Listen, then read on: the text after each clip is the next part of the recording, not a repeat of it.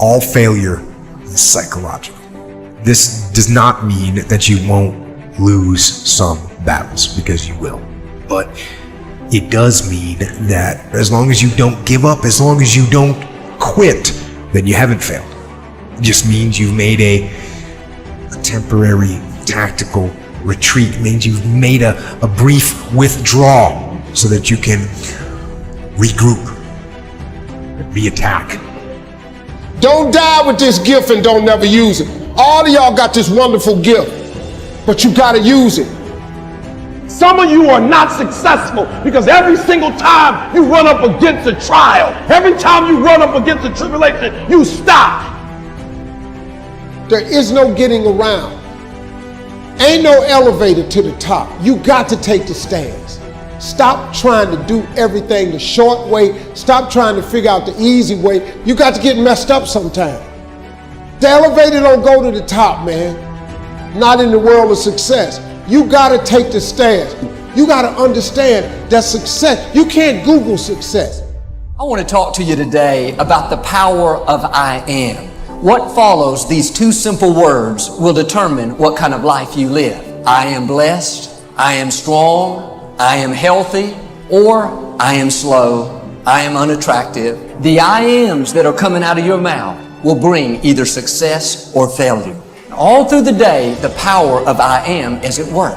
We make a mistake. I am so clumsy. We look in the mirror. I am so old. We see somebody very talented. I am so average. Many times we use the power of I am against us. We don't realize how it's affecting our future. Here's the principle. What follows the I am will always come looking for you.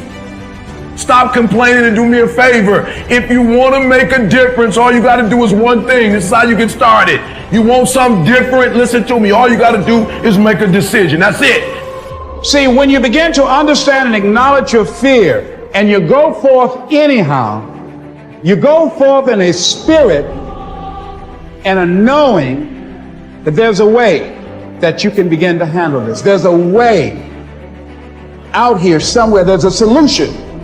What it is that you're seeking, that you have the capacity to whatever comes up, to handle it, to face it.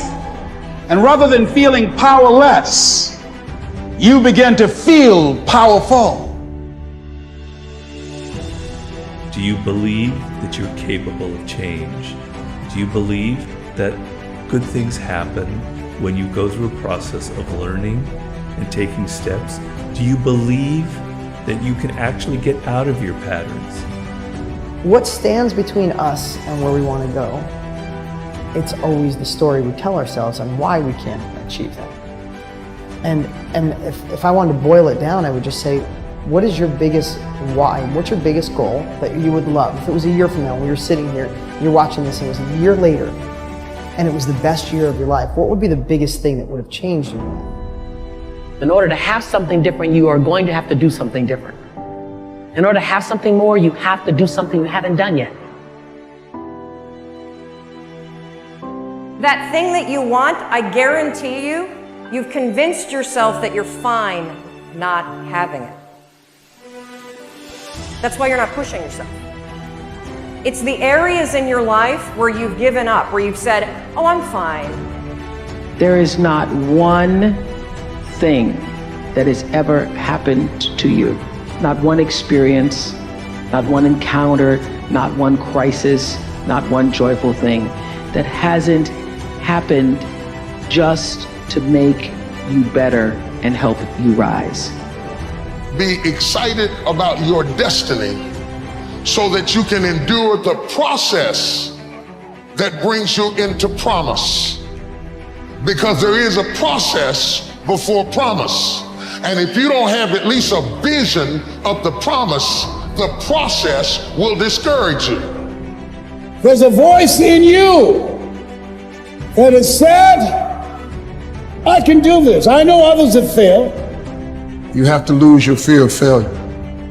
Failure is a part of the process. People who never fail, never try. You have to fail. You got to get it wrong to get it right. You learn nothing from winning. You only learn from your failures. I hate plan B. Every thought that you put into plan B, you're taking away now that thought and that energy from plan A. My number one competition is me. It's always you versus you. You got to be the one to get up every morning, be disciplined, put in the consistent daily hard work, because that gains success. No coach, no trainer, no mentor, no boss can do it. You versus you. Sit on your bed one day and ask yourself, what remarkably stupid things am I doing on a regular basis to absolutely screw up my life? What would happen if you consulted yourself about the best possible outcome for you? I just beat me. This ain't about nobody else. I don't give a fuck about nobody else. I just beat me. I'm in a battle with the only person that I really want to fucking beat, and that's me. If I can continue to outdo me from the day before, then I'm ahead. Don't go around telling people what your story is. Everybody has a story. It doesn't matter about what happens to you. What matters is, what are you going to do about it? One of the things limiting you from your income, your impact, a world-class life. You care too much about what people think about you. It is a neurobiological wiring. It served us thousands of years ago. We wanted to fit into the crowd because if we left the crowd or our social network, we would die of starvation or we would be eaten by saber-toothed tigers. Now we're in the modern age and we are frightened. We are terrified. Our amygdala goes crazy. Cortisol, the fear hormone, starts to pulse through our system if we leave the crowd. Everyone has an opinion. Why let the opinions of other people deny you from a life that will make history? It's very important that you engage in an ongoing process to develop you. Spend more time on yourself than what you've been spending. No matter what's going on in your life, it's not permanent. Everything is going to change. So there's two things you can do with change. You can react to it or you can participate in it. If you don't want to make waves, be mediocre, be normal, and fit in. It is far easier not to be successful. Do you have the courage to act outwardly on what you see inwardly? Or will you die a dreamer? Will you die on the verge and on the edge and in the land of coulda, woulda, and shoulda? Your dream is the most important thing in this world. You got to dream about something so big that it dwarfs all your fears. The way you overcome fear is with your dream. You got to make your dream so big that nothing matters except that dream. You're willing to do everything that's necessary. I was listening to Will Smith the other day. Will Smith said the best things in life is on the other side of fear. It's on the other side of fear. But fear freezes people, man. The fear of failure freezes people. Suppose I don't do it. Well, you might not make it. But I got news for you. If you don't do it, you damn sure ain't gonna make it. The very fact that you're alive, the very fact that you were born, the very fact that every morning your contract is renewed is a vote of confidence that you are absolutely necessary, that you're indispensable, that you have within you everything you need to face any challenge. That doesn't mean we won't be challenged.